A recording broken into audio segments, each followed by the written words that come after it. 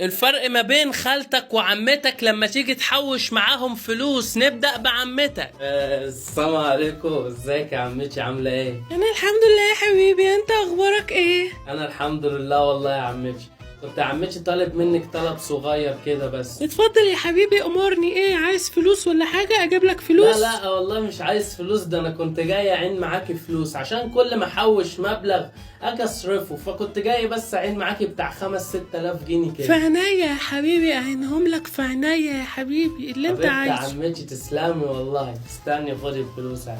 خالتك بقى يا زميلي. اشطر خالتي.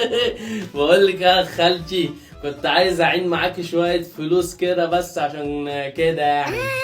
شوية فلوس كام؟ 200 جنيه يعني؟ 200 جنيه؟ 200 جنيه يا خالتي، عايز اعين معاكي بتاع 7000 جنيه كده. يا نهار ابوك اسود، 7000 جنيه سرقهم منين يا ابن الحرامية؟ والله العظيم لمبلغة عنك، والله لمبلغة يا ابن الحرامية. بلغي مين يا خالتي؟ بقول لك انا شغال بيهم وعايز احوشهم معاك يا خالتي عشان بضيعهم، والله يا خالتي بصرف فلوس ياما. بتضيع